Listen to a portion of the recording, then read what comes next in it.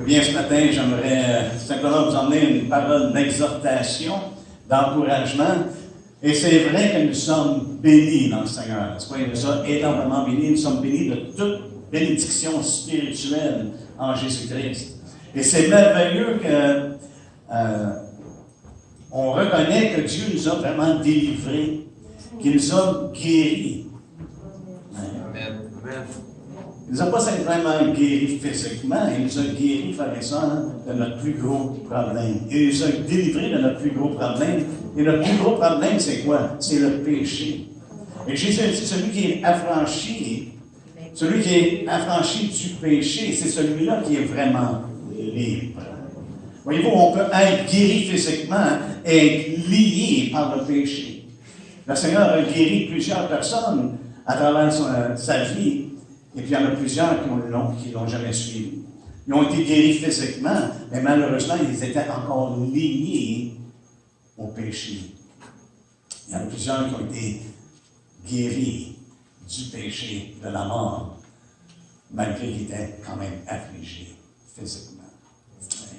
Je rends grâce au Seigneur, premièrement, qui ait pris soin de mon plus gros problème. Ce matin, j'aimerais que nous soyons encouragés les uns par les autres, par la parole de Dieu, surtout par rapport à notre pèlerinage. Parce qu'on reconnaît qu'on est ici de passage, n'est-ce pas? Chacun de nous, on doit réaliser que ici, là, on est seulement dans une tente. On passe à travers cette vie. Hein? Et ça va durer seulement un temps. Mais qu'est-ce qui est à venir ne se terminera jamais. Donc, on veut regarder ce matin vraiment des choses qu'on apprend concernant notre pèlerinage. Premièrement, comment est-ce que ça commence, notre pèlerinage avec le Seigneur? Si vous voulez tourner avec moi dans Hébreux 11, un des chapitres que j'aime énormément. Pourquoi? Parce que c'est rempli d'exemples pour nous encourager, justement, pour nous exhorter à persévérer, pour nous exhorter à continuer, à aller de l'avant, malgré tout ce qu'on peut vivre dans la vie. Dans Hébreux 11, nous allons commencer à lire à partir du verset 8. On n'aura pas tout le temps de lire ce chapitre, parce qu'il y a tellement d'exemples qu'on pourrait s'arrêter quasiment à tous les versets pour faire un commentaire. Mais on va lire du verset 8 au verset 17. Pas même 18. Ça nous dit, c'est par la foi qu'Abraham, lors de sa vocation, obéit et partit pour un lieu qu'il devait recevoir en héritage, et qu'il partit sans savoir où il allait. C'est par la foi qu'il vint s'établir dans la terre promise, comme dans une terre étrangère, habitant sous des tentes, ainsi qu'Isaac et Jacob, les co-héritiers de la même promesse. Car il attendait la cité qui a de solides fondements, celle dont Dieu est l'architecte et le constructeur. C'est par la foi que Sarah elle-même, malgré son âge avancé, fut rendue capable d'avoir une postérité parce qu'elle crut à la fidélité de celui qui avait fait la promesse. C'est pourquoi, d'un seul homme, déjà usé de corps, naquit une postérité nombreuse, comme les étoiles du ciel, comme le sable qui est au bord de la mer et qu'on ne peut compter. C'est dans la foi qu'ils sont tous morts, il fait référence à ceux qui avaient mentionné auparavant, c'est dans la foi qu'ils sont tous morts, sans avoir obtenu les choses promises. Mais ils les ont vus et salués de loin, reconnaissant qu'ils étaient étrangers et voyageurs sur la terre. Ceux qui parlent ainsi montrent qu'ils cherchent une patrie. S'ils avaient eu en vue celle d'où ils s'étaient sortis, ils auraient eu le temps d'y retourner. Mais maintenant, ils en désirent une meilleure, c'est-à-dire une céleste. C'est pourquoi Dieu n'a pas honte d'être appelé leur Dieu, car il leur a préparé une cité. C'est par la foi qu'Abraham offrit Isaac lorsqu'il fut mis à l'épreuve et qu'il offrit son fils unique, lui qui avait reçu les promesses et à qui il avait été dit en Isaac, tu auras une postérité appelée de ton nom. Verset 19, il pensait que Dieu est puissant, même pour ressusciter les morts, aussi il retrouva son fils, ce qui est une préfiguration. Amen. Seigneur, on te remercie encore une fois pour ta parole. Je sais qu'on peut lire et relire ta parole et toujours en tirer une leçon. Ce matin, on te demande que tu nous enseignes par ton esprit. Seigneur, qu'on puisse tirer de toi, Seigneur, ce que tu veux qu'on entende, ce que tu veux qu'on apprenne ce matin, afin qu'on puisse s'appuyer davantage sur toi pendant ce temps que nous sommes ici sur la terre, pendant le temps de notre pèlerinage. On te rend grâce ce matin au nom de Jésus. Amen. Donc ici, la première chose qu'on voit à propos d'Abraham, c'est qu'il a reçu un appel de la part de Dieu. Et chacun de nous qui sont en Jésus-Christ, au premier abord, c'est parce que Dieu nous a appelés. Et il a fallu répondre à cet appel-là. Et c'est pour ça que lorsqu'on sort d'ici, on devrait marquer sur la porte d'en haut, vous entrez dans un champ de mission. Parce qu'à travers nous, le Seigneur appelle d'autres pour venir à lui. C'est ce qu'il désire faire. Mais la première chose qu'on remarque, c'est qu'Abraham a été obéissant à son appel, à l'appel que Dieu lui a donné. Parce que Dieu appelle, mais ça prend une réponse de la part de l'homme. L'homme doit obéir à ce que Dieu lui demande. Et c'est pour ça que je crois qu'il est intéressant ou qu'il est expédient que l'on insiste pour une réponse de la part des gens lorsqu'on présente l'Évangile de Jésus-Christ. Oui. Ça nous dit qu'Abraham obéit à cet appel-là. Dieu l'a appelé à sortir de sa ville et de se rendre à une place qu'il lui a promis. Une place qu'il ne connaissait pas du tout. Frères et sœurs, lorsque Dieu nous appelle, on ne sait pas exactement nécessairement ce que Dieu va nous appeler, mais il nous fait promesse de là où il va nous mener, où c'est qu'il nous mène. Il nous mène à lui et il nous mène là où on sera pour l'éternité. Hein? Il nous donne cette promesse-là. Abraham a répondu à la promesse que Dieu lui a fait. Et il est parti, il a obéi. Il est parti sans connaître exactement où il allait aller. On n'a pas tout l'ensemble de ce que Dieu a pour nous lorsqu'il nous appelle. On ne connaît pas tout. Mais la chose que nous avons besoin de faire, c'est de prendre ce pas de foi-là. Et ce que la plupart d'entre nous ici, nous l'avons pris. Nous avons pris ce pas de foi-là. Nous avons obéi à l'appel de Dieu dans nos vies. Et c'est la chose qui est importante. L'obéissance à cet appel-là. Jésus lance justement un appel qui est, je crois, universel. Lorsque les gens étaient près de Jésus, qu'est-ce qu'il leur a dit? Il dit, venez à moi. C'est un appel de venir à lui. On peut aller avec confiance et de dire aux gens de venir à Jésus. On peut lancer le même appel et ça s'adresse à qui lorsqu'il dit venez à moi? Venez à moi, vous, que ça va bien vos affaires. Venez à moi, je vais vous donner encore plus. Non, il dit, venez à moi, vous tous qui êtes fatigués et chargés. Et les hommes, tous les hommes sans exception, sont chargés d'un fardeau qu'ils ne peuvent porter. Et ce fardeau-là, c'est le fardeau du péché. Le fardeau du péché et de la mort. Il n'y a personne sur la terre qui peut se délivrer lui-même. Mais Dieu, dans son amour, dans sa compassion pour les hommes, a envoyé son Fils. Et c'est le message que nous avons, et c'est l'appel que nous lançons aux hommes. Il y en a peut-être ici qui ne connaissent pas Jésus-Christ. Mais l'appel s'adresse à vous. Ceux qui connaissent Jésus-Christ, vous avez eu besoin d'obéir et de sortir de vous-même. Sortir de votre place, de où ce que vous êtes. Parce que le Seigneur nous appelle à quoi? À sortir de ce monde. C'est l'Église qui bâtit. Il l'a bâti en appelant les gens à sortir hors de ce monde. Donc, il faut se déplacer, mettre en arrière les choses de ce monde et aller vers lui. des choses de l'avant. Hein?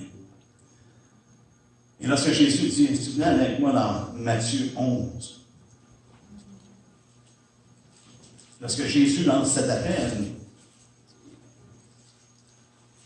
et ce que je remarque à toutes les fois que Jésus parle aux gens, il y a toujours une connotation qui ont besoin de répondre à ce qu'il dit. Ils ont besoin d'agir. Ce n'est pas simplement de dire « je crois » avec ma tête.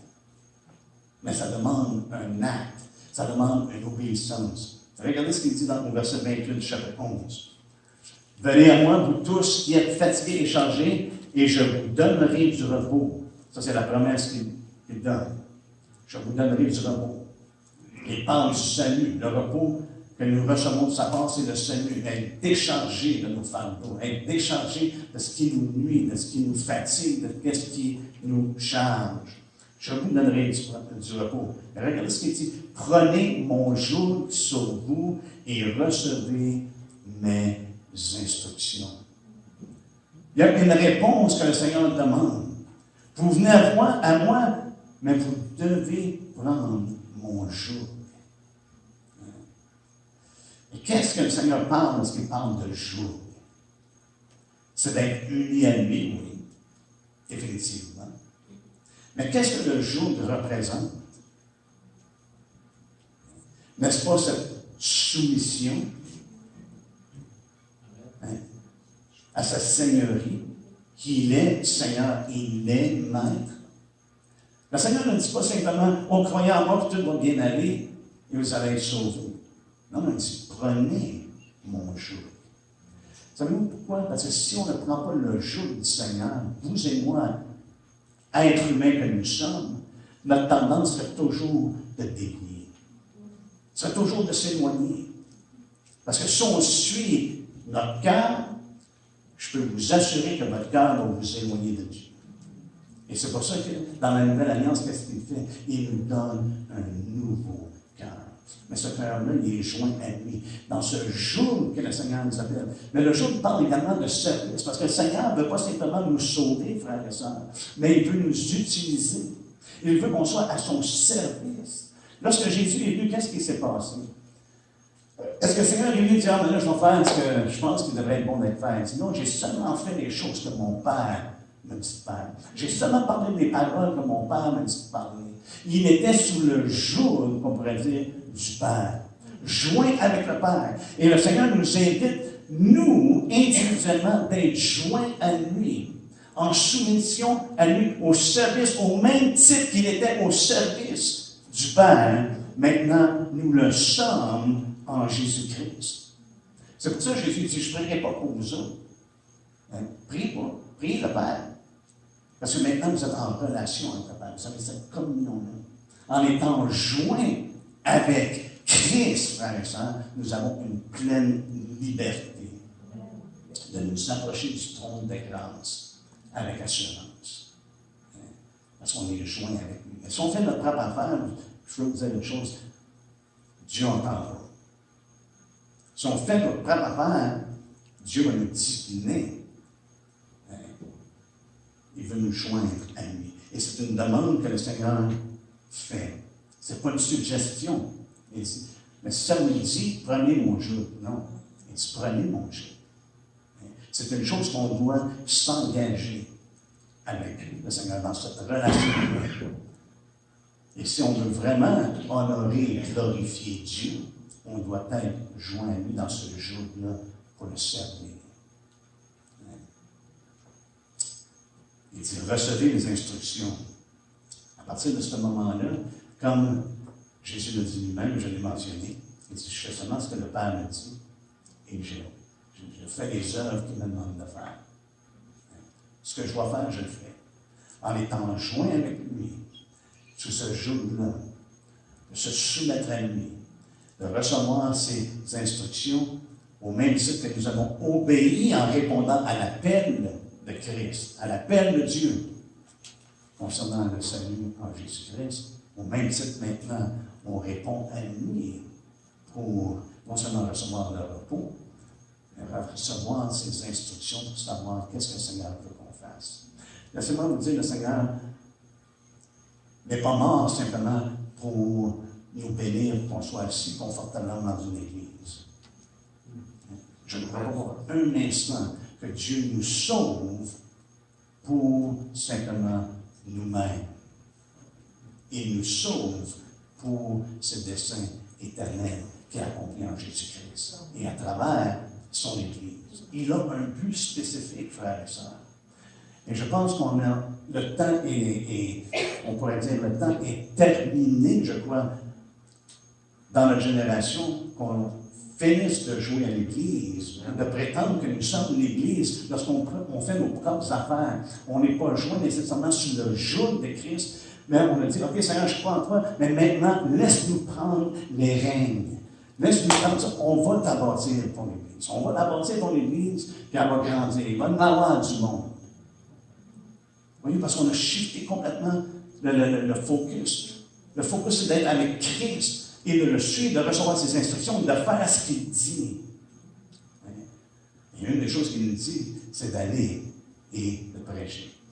Aller et de lancer la même invitation que nous avons nous-mêmes reçue. Venez à Jésus-Christ. Il n'y en a pas d'autre repos, il n'y a pas d'autre nom qui a été donné parmi les hommes par lequel nous puissions être sauvés. La solution de ce monde, frères et sœurs, ce n'est pas les élections qui s'en viennent. Juste pour votre information. Ça ne sera pas nos gouvernements. Ça ne sera pas si on a plus de liberté dans le monde. La solution, c'est Jésus-Christ. Et on sait que le temps est court. Paul nous le dit, le temps est court, là, 2000 ans, à combien plus forte raison maintenant que le temps est extrêmement court. Et lorsqu'on regarde alentour de nous, on voit que tout est en train de s'écrouler. Les choses ne vont pas bien. Le monde est à l'envers. Pourquoi? Parce qu'ils ont rejeté Dieu. Vous savez quoi? Dieu lance encore aujourd'hui l'invitation de venir à Christ. Parce qu'on sait que le temps à venir, la colère à venir, il y a le jugement à venir. Mais même en ce moment, on est en train de voir, et je crois depuis que les Écritures sont écrites, on voit la parole de Dieu se révéler. Les gens se posent pourquoi Dieu permet ces choses-là? Pourquoi Dieu fait telle chose quand on voit des catastrophes ou des malheurs de ces choses-là? Mais la parole est claire. Dans Romains 1, ça nous dit la colère de Dieu est révélée contre l'impiété. Est-ce qu'on vit dans un monde d'impiété? Définitivement. Qu'est-ce qu'on va voir? C'est la colère de Dieu. Et on le voit ici et là. Mais ça s'en va vers une colère dont la parole de Dieu nous parle d'un jugement final. Et après ça, il n'y a pas d'organiser, comme on dirait en bon français. Mais Jésus ici nous dit, prenez le jour. Et je crois que c'est ce que le Seigneur veut nous emmener à être dans cette relation-là avec lui. Que l'Église, on ne fait plus ce qu'on veut faire, mais qu'on soit soumis à lui. Joint avec lui sous un joug, lorsqu'on a une oreille pour entendre ce que l'Esprit dit à l'Église. Lorsqu'on a une oreille pour recevoir ses instructions. Et ça ne sera pas dans l'orgueil que ça va se faire.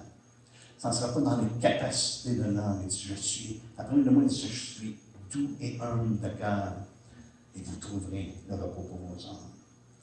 Et mon joug est doux, et mon fardeau est léger. Et à toutes les fois qu'on voit que le Seigneur parle aux gens, il y a toujours ce sens de responsabilité-là qu'il met sur les gens. De l'autre façon qu'il le dit, Jésus dit, venez à moi. Mais plus tard, on va dire, dans un autre contexte, il dit, si quelqu'un veut venir à moi. Et encore là, il donne les termes. Si quelqu'un veut venir à moi. Ah, OK. Eh oui, on veut venir à moi. OK. Qu'est-ce que Dieu nous dit? Il renonce à lui-même, qu'il prenne sa croix une fois de temps en temps, là, ça est dit, puis tout va bien aller. Non, il dit chaque jour. Chaque jour. C'est comme si, moi, ça me rappelle que chaque jour, j'ai besoin de faire une analyse, d'examiner. Est-ce qu'aujourd'hui, je vis pour lui? Ou est-ce qu'aujourd'hui, je suis avec lui sous son joug? Est-ce que je suis soumis à Christ aujourd'hui, dans la décision que je prends en ce moment? Est-ce que c'est une soumission, une décision en soumission à Christ? Ou bien non, j'ai mes plans, puis Seigneur, j'aimerais que tu bénisses ces plans-là.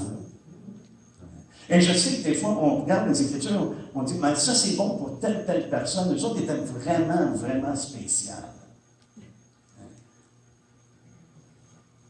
Pour ma part, ce que je vois dans les Écritures, savez-vous, ceux qui sont spéciaux, ceux qui sont spéciaux, on va dire, ceux qui sont vraiment choisis, ce sont ceux qui croient. Mais ça, c'est le plan que Dieu a déterminé en Jésus-Christ. Quiconque croit. Et je crois que ça s'adresse à nous. Oui, il y a des différents, on l'a vu dans les dernières semaines, il y a différents dons, il y a différents ministères, il y a différentes opérations. Ces choses-là, on n'enlève pas ça. Chacun on les fait différemment et Dieu se sert de nous, tel que nous sommes, tel qu'il nous a façonnés pour son service. Mais il y a quoi de spécial pour chacun de nous. Parce qu'il nous a placés pour fonctionner. Si quelqu'un veut venir après moi, qu'il renonce à soi-même, qu'il prenne sa croix et qu'il me suive. Ça, c'est un critère, c'est un terme que Jésus met. Et vous examinerez les Écritures. À toutes les fois qu'il parle de ces choses-là, il y a toujours un critère. Jésus va bénir. Il est mort à la croix pour bénir les hommes avec le salut. Mais ça ne reste pas simplement le salut. Il nous appelle au service, afin que d'autres viennent à la connaissance de Christ. Mais en faisant ce que Dieu nous demande de faire, il y a une grande bénédiction. Abraham, ce qui est parti, même s'il ne savait pas où il s'en allait exactement, et qu'est-ce qui allait arriver, Dieu l'a béni abondamment à travers son pèlerinage. Et c'est ce qu'on voit dans Hébreu. Et Paul lui-même, après qu'il a reçu Christ, il n'est pas resté assis et dire « Ah, mais je suis tellement content maintenant que je suis un croyant. » Non, il dit « J'oublie les choses qui sont en arrière, je cours vers ce qui est en avant. » Il courait vers le but pour remporter le prix de la vocation. La question qu'on peut se poser, et que je me pose, je dis « Seigneur, dans quelle direction que je cours? Est-ce que je cours pour mes propres choses? Pour atteindre les buts que je me suis fixés? Là, ça ne veut pas dire que Dieu n'a pas des buts différents de nous dans le sens physique de ce monde. On a besoin de travailler, on a besoin de vivre, on a besoin de manger, on a besoin de faire. Il y a plein de choses qu'on n'a pas besoin de faire parce qu'on est chrétien, on ne flotte pas dans les airs, on ne vit pas d'eau et d'amour. On vit d'eau de la parole de Dieu. Et d'amour de l'amour de Dieu. Mais vous comprenez ce que je veux dire? Il y a encore des choses qui sont vraiment pratiques en étant chrétien, en suivant le Seigneur. Mais vraiment, mon but dans la vie, c'est quoi? C'est d'atteindre des hauteurs ou c'est d'atteindre des choses naturelles qui, vraiment, ça va impressionner les gens? Est-ce que mon but ultime, c'est de dire, Seigneur, quel que soit la chose à laquelle tu m'appelles, quel que soit ce que tu veux que je fasse, quel que soit ton plan, c'est le plan que Jésus. Au-dessus de tout, je veux qu'il n'y ait rien qui vienne m'empêcher. Et Paul courait pour remporter le prix de la vocation céleste de Dieu en Jésus-Christ.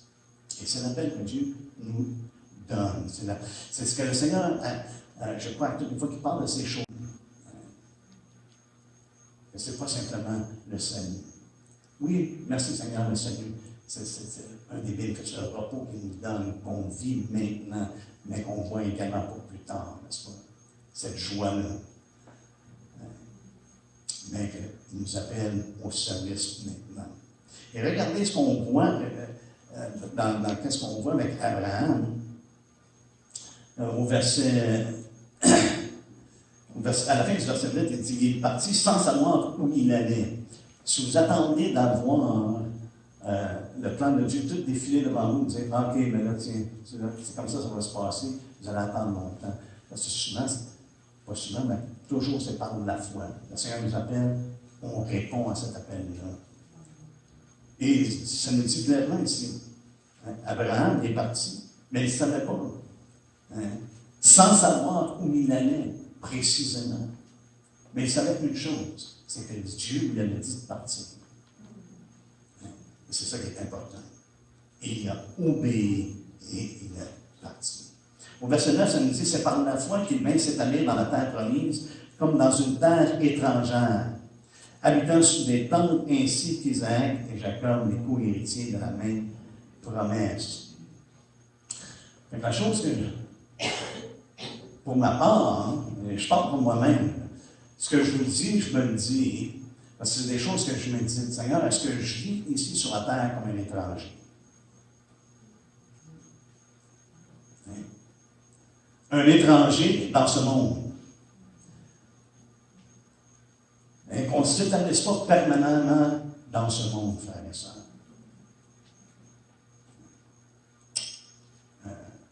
C'est Jean qui nous dit de ne pas aimer le monde. De ne pas aimer le monde. Les choses qui sont dans le monde en tant que tel, le système dans lequel on se trouve, ça, n'aimez pas ça. C'est un système qui va à l'encontre de Dieu, qui est hostile à Dieu. Donc, c'est important, je crois, qu'on soit mindé de dire, OK, non, je ne suis pas établi ici. Le Seigneur nous accorde des choses pour qu'on avance de l'avant. Et quel que soit qu'il nous donne, ce n'est pas les choses à laquelle je vais m'attacher. On est des étrangers sur la terre. Au verset 13, justement, il nous fait parler de ça. Ça nous dit à la fin du verset 13, reconnaissant qu'ils étaient étrangers et voyageurs sur la terre. Étrangers et voyageurs sur la terre, ça ne veut pas dire qu'on s'en va, qu'on voyage, qu'on va visiter tous les pays du monde. Mais qu'on fait partie de ce monde. On est étrangers. On ne vit pas selon les termes de ce monde, mais selon les termes de Christ. Étrangers et voyageurs. Paul le Pierre nous exhorte justement par rapport à ça. Je vous exhorte en tant qu'étrangers et voyageurs de ne pas se conformer à ce monde, de ne pas se laisser, le terme m'échappe.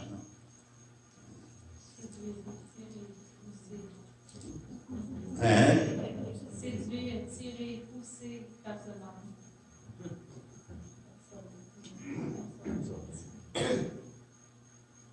Ah, vous abstenez les convoitises charnelles. Je n'ai pas bien entendu ce que la personne a dit. Mais il nous exhorte de s'abstenir de ces choses-là, parce que nous sommes des voyageurs, nous sommes des étrangers sur la terre. Et donc, pour notre part, c'est qu'on vit une vie qui est détachée de ce monde, dans un sens. Détachée des choses de ce monde, détachée de l'amour de ce monde. Mais pas des gens de ce monde, dans le sens qu'on doit être ému de compassion pour les gens de ce monde. Et je reconnais, je confesse, c'est une chose que je m'aperçois au fil des ans, on dirait pour ma part, c'est que des fois, on devient de moins en moins préoccupé des hommes.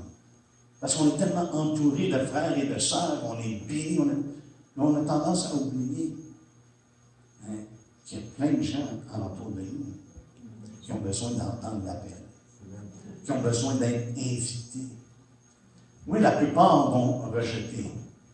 Ça, on le reconnaît. Il y en a plusieurs qui vont rejeter.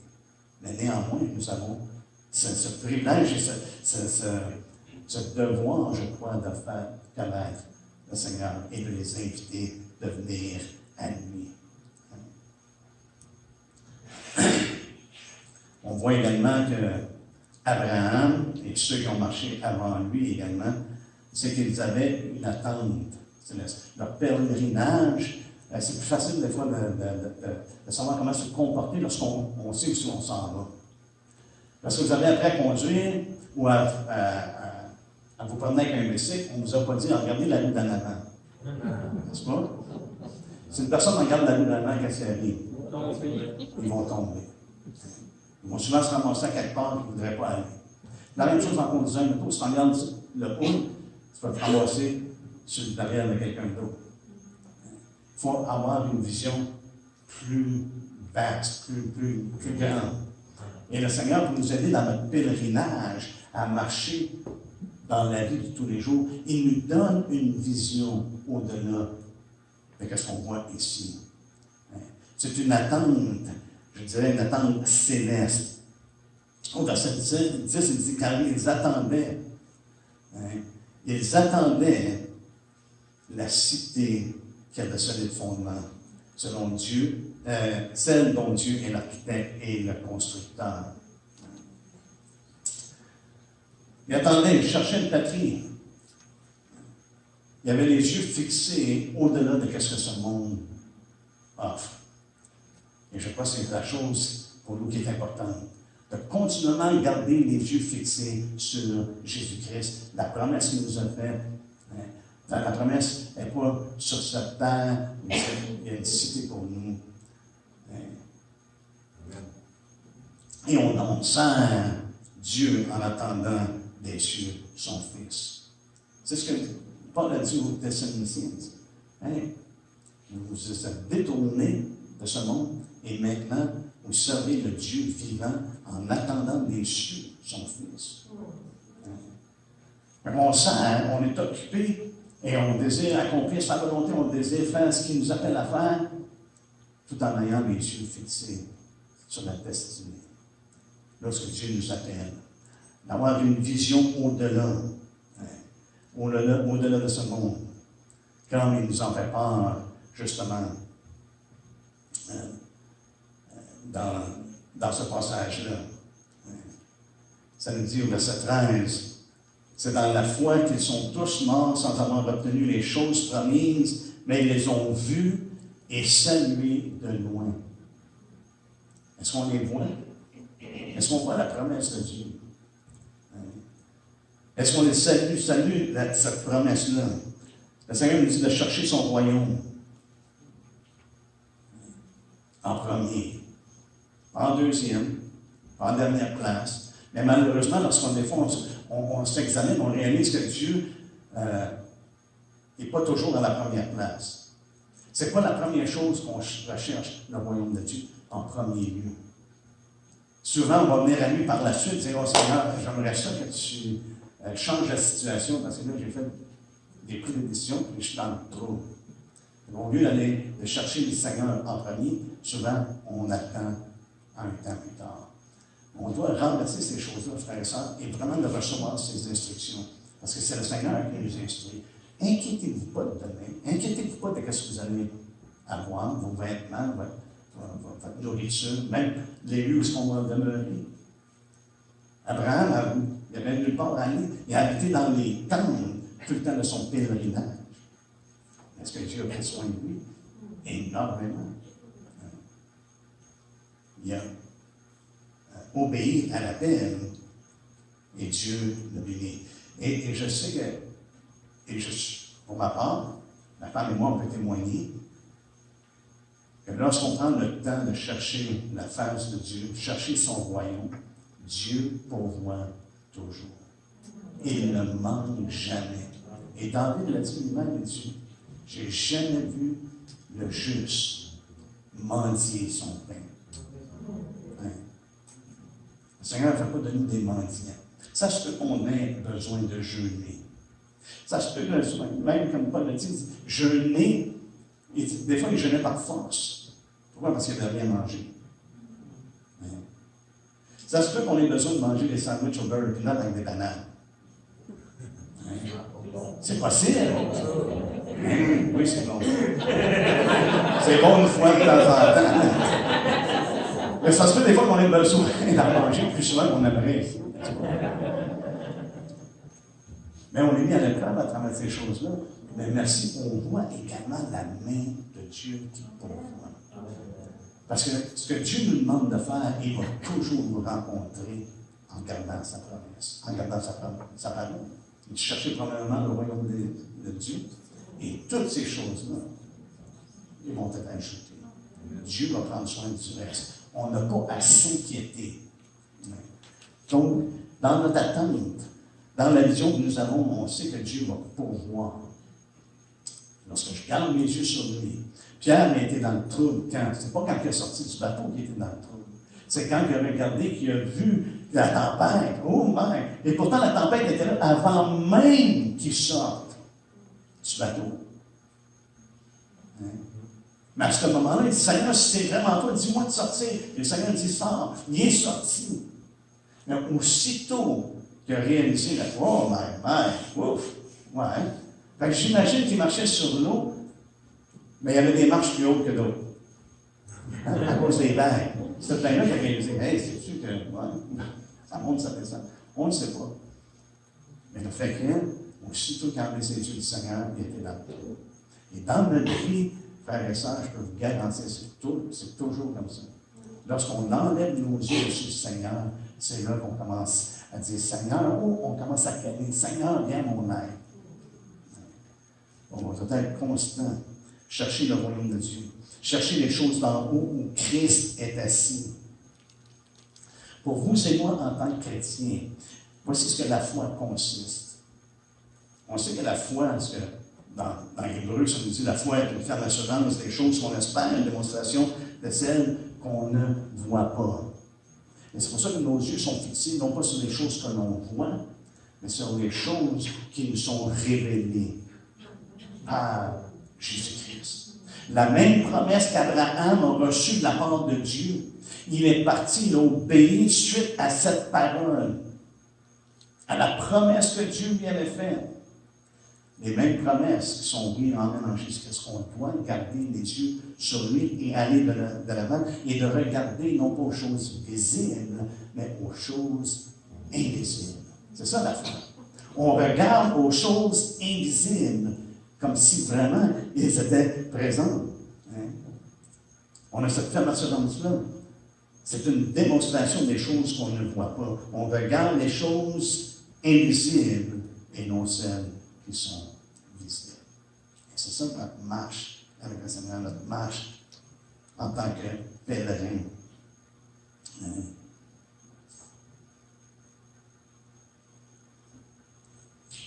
Au verset 13 également, comme on a déjà mentionné, on voit ici que ces personnes-là ont reconnu qu'ils étaient étrangers et voyageurs. On parle ici non seulement d'Abraham, mais ceux qui ont été avant lui également. C'est une des choses qui démarque, je crois, une personne qui a la foi en Dieu. C'est qu'on reconnaît qu'on est ici comme voyageurs. Qu'on passe à travers cette vie. Il y a de quoi de plus. Il y a de quoi de mieux. Et lorsqu'on a ça devant nous, lorsque Dieu nous a révélé, les promesses qu'il nous a données, je crois que ça sort de notre bouche. Si vraiment il y a de quoi qu'on croit dans notre cœur, qu'est-ce qui va sortir? Ça dit de l'abondance du cœur, la bouche parle. Si vraiment on croit à la parole de Dieu, croit à les promesses qu'il nous a faites en Jésus-Christ, croit concernant lui-même ce qu'il nous a révélé concernant « je vais vous préparer une place ». Qu'est-ce qui va sortir de notre cœur, de notre bouche, si ces choses-là sont cachées dans le cœur? On va s'encourager les uns les autres à chercher le royaume de Dieu. On va s'encourager les uns les autres en disant « hey, on fait juste passer à travers cette vie-là ». On va s'encourager à partager la parole de Dieu avec les non-croyants. Tout ce que Dieu nous a promis, ça va ressortir. Pourquoi? Parce que c'est caché dans notre cœur. Ça va être la confession de notre bouche. Et la parole de Dieu nous parle justement de ces choses-là. C'est en confessant de la bouche qu'une personne est sauvée. Celui qui confessera Jésus-Christ, le Fils de Dieu, demeure en lui et lui en Dieu. Et là, je ne parle pas d'une confession positive, frère, ça pour essayer de faire réaliser des choses. Je parle d'une confession parce qu'on croit. On a reçu la parole de Dieu, on a reçu les promesses de Dieu. Amen. Amen. Amen. Laissez-moi terminer avec une chose qui est déjà le temps avance.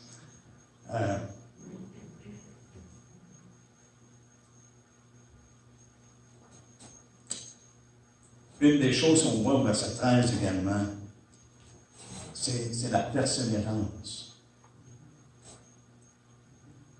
c'est dans la foi qu'ils sont tous morts. Ça nous dit sans avoir obtenu les choses promises. Ils n'avaient pas tout reçu ce que Dieu avait promis. Mais ça nous dit, c'est dans la foi qu'ils sont tous morts. Ils n'ont pas arrêté parce que les choses que Dieu avait mentionnées n'étaient pas tenues au passé. Il y a bien des choses que Dieu nous révèle dans sa parole, frères et sœurs, comme vous et moi, peut-être qu'on ne témoignera jamais. Les apôtres n'ont pas témoigné l'avènement du Seigneur. Ils étaient dans l'attente. Et ils sont morts dans la foi en attendant ces promesses-là. Ça ne les a pas empêchés de continuer de croire. Et Jésus nous parle justement dans Matthieu 24 de la nécessité. C'est celui qui va persévérer jusqu'à la fin qui va être sauvé. Jusqu'à la fin, est-ce que c'est la fin des temps ou c'est la fin de notre propre vie? Quelle que soit la fin, c'est la fin. Et la mort ici sur la terre, c'est pas mal fini. Une personne est morte, leur cheminement est terminé. Ça nous dit, c'est celui qui persévère. C'est ce que Jésus dit. Jusqu'à la fin, il sera sauvé. Et même lorsqu'il nous parle de la parabole de la semence, justement, il dit, le semeur va et il sème, mais la bonne terre, comme on a entendu ce matin, je pense que c'est dans la chambre de prière en bas, concernant la bonne terre qui porte du fruit, ce qui est tombé dans la bonne terre, ce sont ceux qui, ayant entendu la parole avec un cœur honnête et bon, la retiennent et portent du fruit avec persévérance. Parce qu'on voit, il y a des terres où c'est de la roche, ils portent un fruit, c'est un fruit qui monte rapidement, mais à cause de la perception, à cause de la parole de Dieu, il n'y a pas de persévérance. Et le fruit, la plante meurt. Donc, c'est avec persévérance. Et puis, je crois qu'à travers la parole de Dieu, on voit justement cette nécessité-là qui est mise devant nous, qui est mise devant nous en tant que chrétiens. C'est la responsabilité qu'il nous a donnée. Ça nous dit dans Colossiens 1, au verset 21, il dit « Vous qui étiez autrefois étrangers, ennemis par vos pensées et par vos mauvaises œuvres, il vous a maintenant réconciliés par sa mort dans le corps de sa chair pour vous faire paraître devant lui saint, sans défaut, sans reproche. » Alléluia. Mais regardez ce qu'il dit par la suite. Paul veut mettre en lumière. Ça, c'est une réalité, c'est des promesses, c'est une chose acquise. Mais il dit, si du moins vous demeurez fondés et inébranlables dans la foi. Voyez-vous, dans l'Hébreu, ça dit que dans la foi, ils sont tous morts. Ils sont morts, ils étaient encore fidèles à Dieu. C'est ça la foi. C'est qu'on demeure fidèle. Si du moins, on pourrait quasiment dire, si du moins vous demeurez fondés et inébranlables dans la foi, fidèle, étant fidèle, sans vous détourner de l'espérance de l'Évangile que vous avez entendu, qui a été prêché à toute créature sur le ciel, dont moi, Paul, j'ai été fait ministre. Si du moins vous demeurez fondés. Qu'est-ce que Jésus dit? Si vous demeurez en moi. Si vous demeurez en moi. C'est comme conditionnel. Vous avez besoin de prendre une décision, vous avez besoin de vous accrocher à lui. Un autre mot qu'on pourrait dire, vous avez besoin d'être avec lui sous le même jour. De recevoir ses instructions et de marcher avec lui par la foi, même jusqu'à la mort. Même si on ne reçoit pas tout ce que le Seigneur a promis. Il y en a plusieurs qui sont partis avant nous. J'ai mentionné Diane qui est maintenant partie de ce monde, qui est endormie, selon ce que Paul nous dit, n'est-ce pas, dans Thessaloniciens. Elle est tombée endormie. Mais à la résurrection, à l'avènement du Seigneur, elle va nous devancer. Elle n'est plus ici physiquement, mais elle va garder la foi jusqu'à la mort.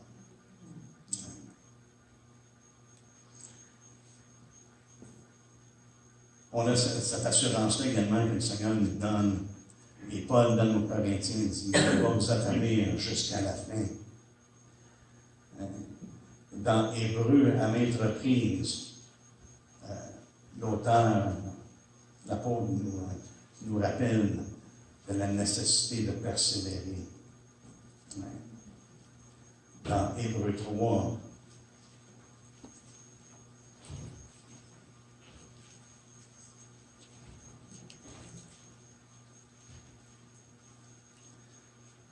au verset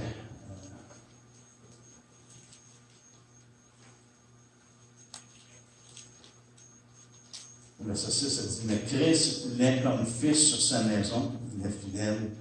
Moïse était fidèle, mais il est fidèle sur sa maison. Et sa maison, c'est nous, pour vous, que nous retenions fermement jusqu'à la fin la confiance et l'espérance dont nous glorifions. Également au verset 14, il dit pratiquement la même chose, car nous sommes devenus participants de Christ, pourvu que nous retenions fermement jusqu'à la fin l'assurance que nous avions au commencement. Donc, on voit ici la nécessité d'avoir la foi jusqu'à la fin. Et c'est ce que le Seigneur nous appelle. On ne veut pas être de ceux, comme dans Hébreux, justement, qui nous fait peur, ceux qui se retirent, mais plutôt qui continuent dans la foi. Donc, ce matin, ce qu'on a regardé, c'est ce que le Seigneur, l'invitation qu'il donne, demande une obéissance, demande une réponse. Donc, nous, en tant que disciples de Christ, lorsqu'on prêche la parole de Dieu, lorsqu'on partage, ce n'est pas simplement d'emmener les gens à être d'accord avec nous sur certains faits. Parce que je trouve que souvent, on a présenté l'Évangile, que les gens acceptent certains faits, certains thèmes. Oh, oui, je suis d'accord avec ça. Mais qui ne sont pas emmenés à prendre une décision, à obéir. Paul dit, son ministère envers les païens, c'était d'emmener les païens à l'obéissance de la foi. Donc, la foi demande obéissance. Amen.